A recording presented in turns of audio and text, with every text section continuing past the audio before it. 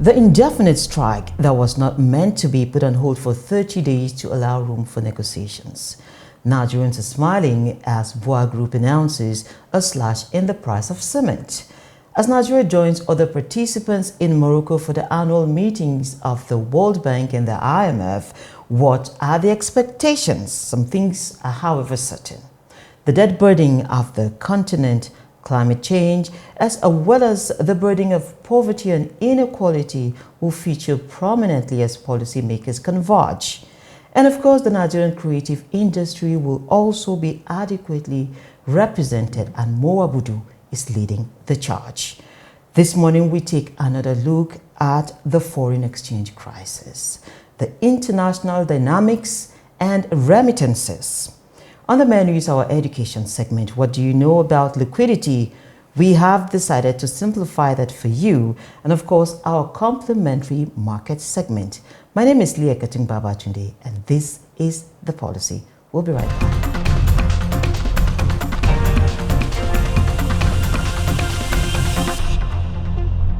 We'll begin the business of the day by taking you through major happenings in the economy.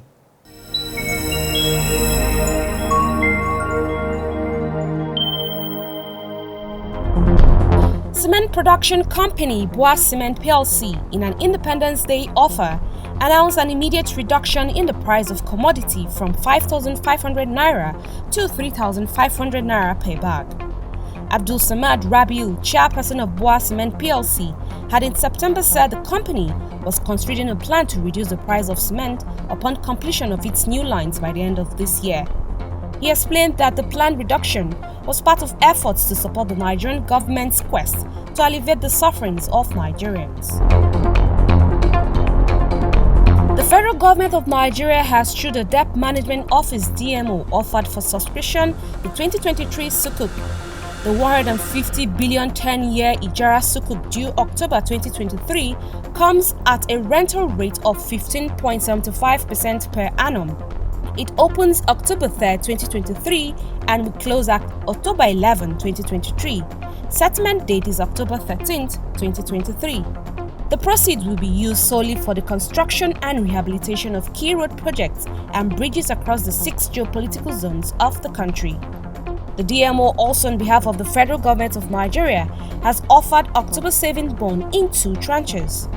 The 2-year federal government savings bond due October 11, 2025 is at an interest rate of 11.074% per annum, while the 3-year federal government savings bond due October 11, 2026 is at 12.074% interest rate per annum. Both offerings opened October 3, 2023 and are closing October 6, 2023. Settlement date is scheduled for October 11, 2023, while coupon payments are scheduled for January 11th, April 11th, July 11th, and October 11th. Following impressive recoveries from debtors and realization of assets of banks in liquidation, the Nigeria Deposit Insurance Corporation (NDIC) has announced declaration of 16.18 billion naira liquidation dividends to depositors, creditors, and shareholders of 20 banks in liquidation. Bashir Nuhu, Director of Communication and Public Affairs of the NDIC, in a statement said the corporation has commenced verification and payment of stakeholders covered by the declarations within 30 days, starting from 28 September 2023. He advised relevant stakeholders to visit any of the NDIC's offices closer to them or go to claims page on the corporation's website. Liquidation dividend represents amount in excess of the insured sums paid by the NDIC to depositors of a closed bank from recoveries made from realization of assets of failed financial institutions. All eyes on Marrakesh as the annual meetings of the World Bank and IMF return to Africa for the second time. Morocco plans to receive at least 12,000 visitors for the week-long meeting scheduled for October 9 to 15, 2023, with officials giving assurances of safety despite a devastating earthquake some weeks ago in that country. The annual meetings will always move out of Washington every 4 years, Bali, Indonesia hosted the last outside meeting, but COVID-19 forced a global shutdown that affected the calendar of the meetings. The first in-person meeting since spring 2020 took place October 2022 in Washington. Nigeria's delegation will be led by Wale Edun, Minister of Finance and Coordinating Minister of the Economy, alongside Central Bank Governor Olaje Kaboso.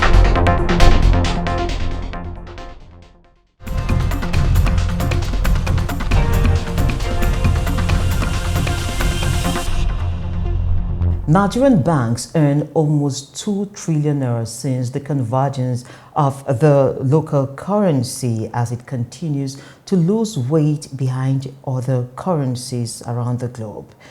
Manufacturers are suffering huge forex liabilities on the other hand.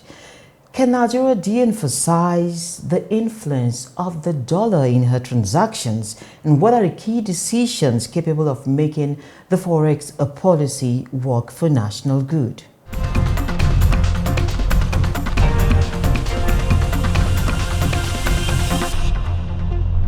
Last week, we started this conversation on Nigeria's foreign exchange crisis and thought actually this week that we're going to move on to other things. But then viewers came in with questions, and of course, we thought that this week we should be able to answer those questions to give you an insight as to the socio-economic dynamics that come to play when a country like Nigeria is having a foreign exchange crisis. And so we took our inquest to SPM professionals, and I have joining me Paul Alaje, who is always a delight to speak with. Thank you so very much for having me. Great. Perhaps I start by asking you a really a quick one. Can Nigeria do transactions with other nations without the overbearing influence of the dollar? As of today, the answer is a capital no. It is not possible, it is not visible for Nigeria to do transaction without having the impact, what we may want to call imported inflation or impact of FX. The truth is that we live in Nigeria, but the reality is we also live in a global village. Most of the things we consume are imported, and it's not our fault, it's just that they are not available in our country. It's also not the fault of the producers, of those that are in Nigeria, and they also have challenges of importing some of these equipment they use and inputs from abroad. So here is it. When we say that the impact of FX on what the effects of overbearing effect of FX on the purchases that Nigerians are carrying out, it's like comparing, it's like asking Anthony Joshua and Mr. Macaroni, the popular comedian, to fight in a boxing contest. What do you expect for Joshua and Macaroni to fight? Not comedy, but boxing. This is what happens anytime any government that does not have sufficient output in terms of exports to combat with a global currency, the dollar. It's not just visible for Naira to compete with the dollar and hope that with flotation we're going to have more. It's important for us to understand the reason why IMF, World Bank, among other international organizations, and some Nigerian economists who are now changing their ways, who are now quote and unquote converted to our school of thought. They've said that classical economists let the forces of demand and supply adjudicate price. What they did not understand is that that argument has been destroyed many years ago by the Keynesian school of thought. What do they say? They say that when you allow forces of demand and supply to adjudicate price, you are going to have a balance in the long run. But John Maynard Keynes, the father of modern Keynesian school of thought, says that in the long run is not long term. It's different. Long run means a time where all factors of production have been varied, and at that time we may all be dead. If you say that we should float and allow force of demand and supply to adjudicate price, all the monies we are owing. If you go and analyze Nigerian debt profile, not less than 10 trillion naira, when no monies we are owing. We accumulated those debts because of exchange rate differentials. When we borrowed the money, imagine money we borrowed when, say in euro, when euro was 300 naira or 200. How much is euro at official window today? How much is pound at official window today? How much is dollar at official window today? We don't even have sufficient amount to pay back to service. Not according to me, but according to the Ministry of Finance, and also reports coming from the MBS, among other government institutions, over 80%, and I'm just being charitable because the original figure says over 90% of all revenues of government was not used to service President Buhari's jet when he was in office. No, they were not used to pay for the kitchen and things President Buhari need to feed on. No, they were not used to even pay members of National Assembly. No, they were used to service debts. That was how bad it went. When you buy any commodity abroad, you are making 3 decisions. The first decision is that you are consuming the commodity, and we are all happy. Even though this my clothes, they call it traditional wear, but there is nothing traditional in it because it's not made in Nigeria, it's imported. You know, the tailor is in Nigeria. The same with the guy with suit. It's also imported. The fabric is imported. Someone in Nigeria could sew it. So what we need to be concerned about is that yes, you consume, but what happens to second decision? We deplete the foreign reserve. The Central Bank of Nigeria published on our website that it has over $30 billion in a foreign reserve. When the audited report suddenly came out when we have the new President Bola Tinubu, it was revealed that what we have was not up to $30 billion. But as if that were not enough, we now saw JP Morgan peeping into the foreign reserve of Nigeria and saying what Nigeria had may not even be up to $10 billion. Worry, confusion everywhere. So if you consume, you are depicting foreign reserve. The last one, which is the most important, is that you are giving jobs out. So if you import, for instance, men in Nigeria impregnate their wife, they send their wife abroad and import back their children. So it's going to have tremendous impact on our foreign reserve, for God's sake. So if you don't have something to defend, it does not make economic sense. Don't be holier than thou. The economics is not emotional. You can't be holier than thou and say because you want to be a par. The benefits are also there, and it's important I play the devil's advocate.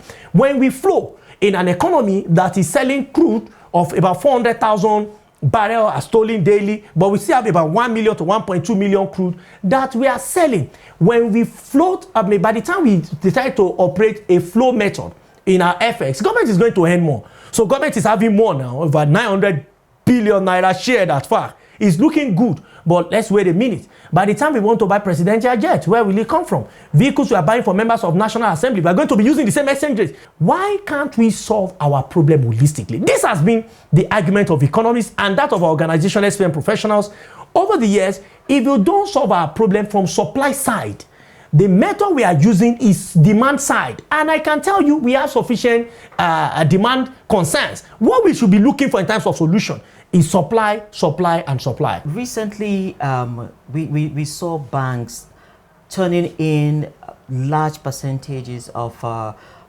gains with the naira devaluation, if you permit me to use that word.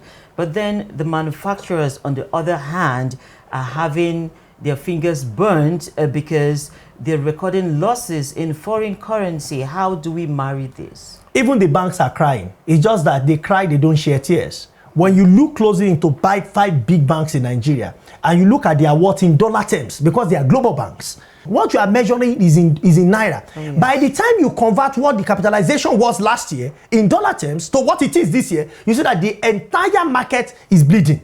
So that's how we get the real picture. So that's how you get the real picture. So the entire market is bleeding because of the policy. Remember that it has benefit because government is making more and it's expected that government will spend back into the system. That has been the argument of international community and why they have advised Nigerian government. But what happens? What is the proportion of Nigeria that are directly connected to government? So when you also look at the GDP numbers published by the Bureau of Statistics in 2022, and you look at our production pattern, our GDP, which component of our GDP is growing? So what is happening to agriculture? It has been flat. It has been on the same line.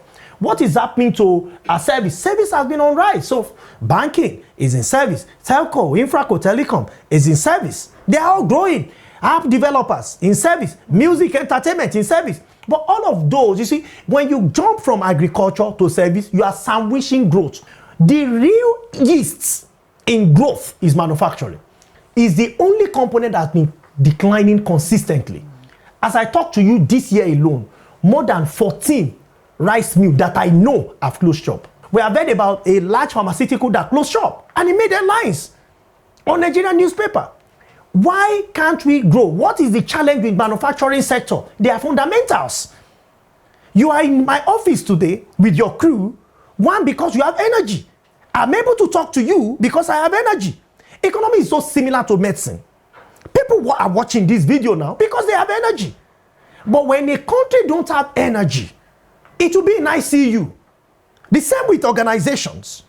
So manufacturing shows where the life of a country, especially with huge population, I can give you so many examples, including India, in Asia, and China together. You can look at those countries. Where are they concentrated on? On agriculture, or they are jumping to service? No. They ensure that that critical component of growth, which is manufacturing, is energized. Why is it not working in our regards? Because we don't have the pillars, which is energy. And energy is evident in what? What is happening to electricity. Just recently, this year alone, we had the 5th collab of the national grid. What is happening to diesel? 2020 December, price of diesel was just above 200 naira. Today, above 1,000 naira. What is the percentage increase? Not my sin, not your sin. Somebody woke up in Russia and started to fight another country in Ukraine. They are not even in our continent.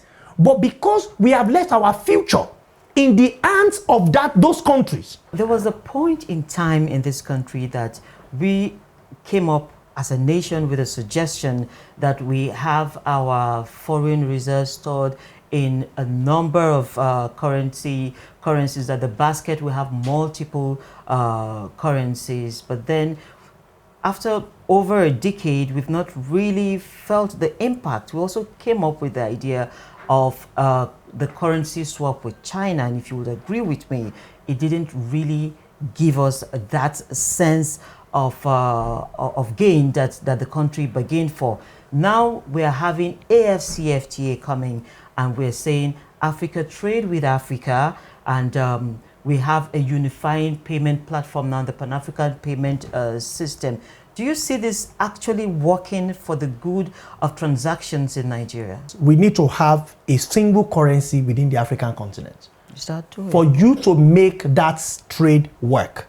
We're trying to look at what Europeans are doing with the EU, but there's zero. There's zero. When UK pulled out of Europe, we saw what happened to them on the immediate.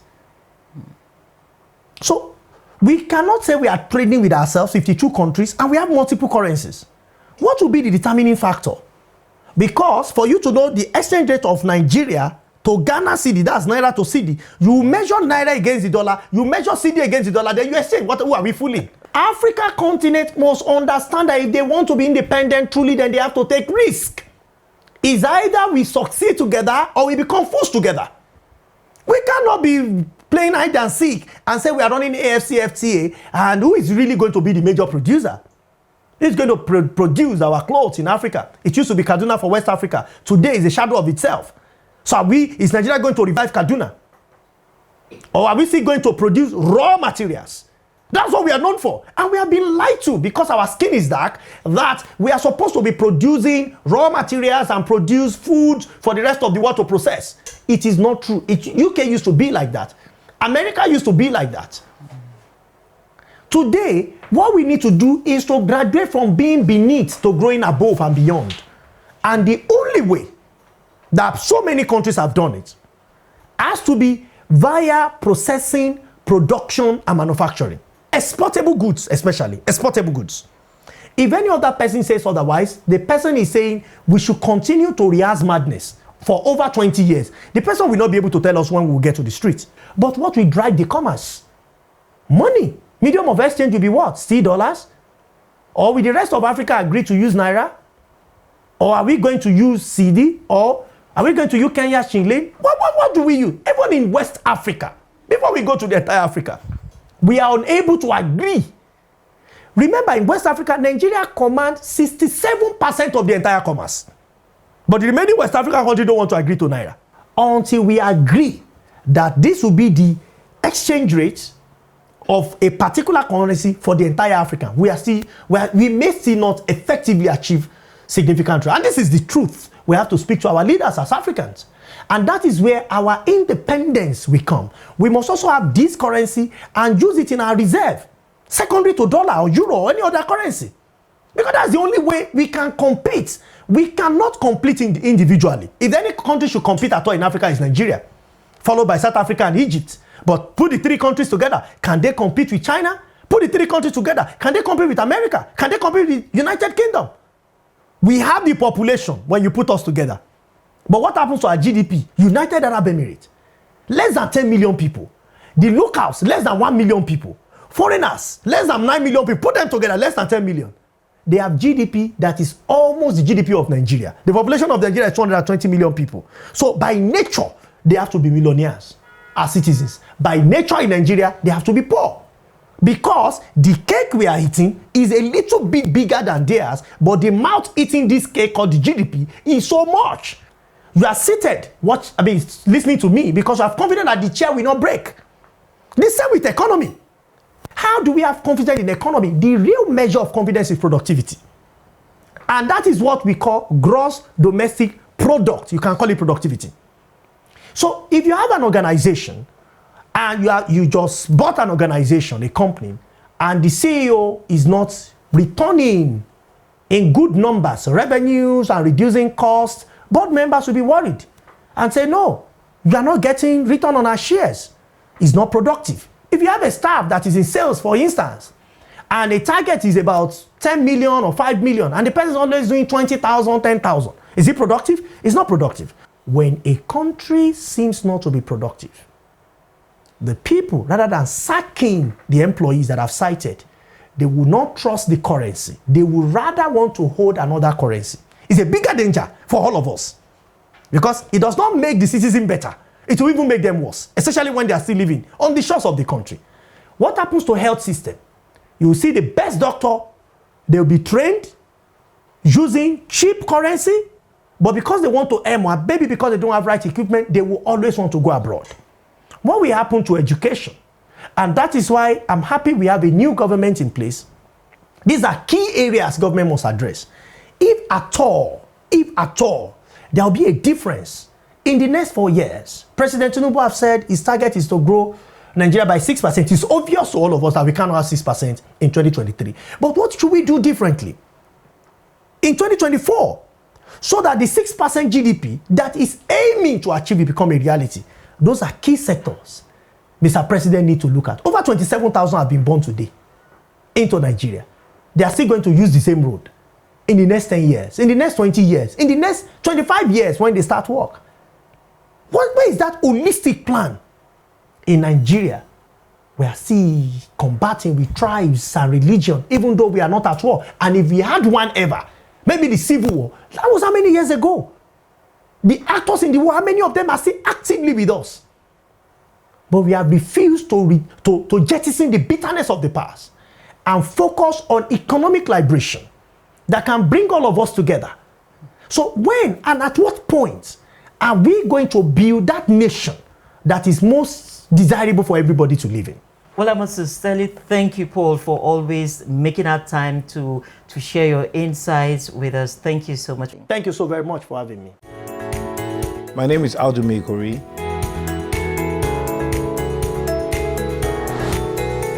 Keep watching The Policy with Leah. It aims to provide policymakers an opportunity to explain their policies in a way that members of the public affected by those policies can understand and engage with those policies. Keep watching The Policy with Leah.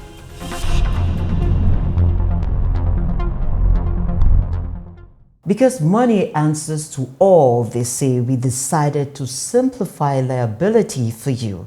And from there, we take a trip to the market square.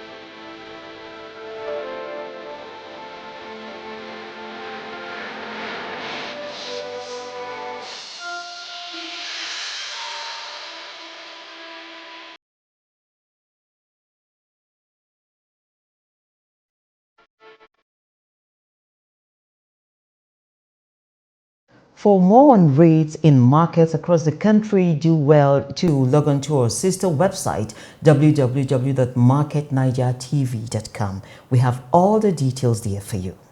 We end this episode of the program here, but before I sign out, I'd like to inform you that you can catch up with this episode and every other one on our YouTube channel. You can also communicate with us via our various social media platforms. The program returns next week, same time, same channel. My name is Leah Babatunde, wishing you a pleasant weekend and God bless Nigeria.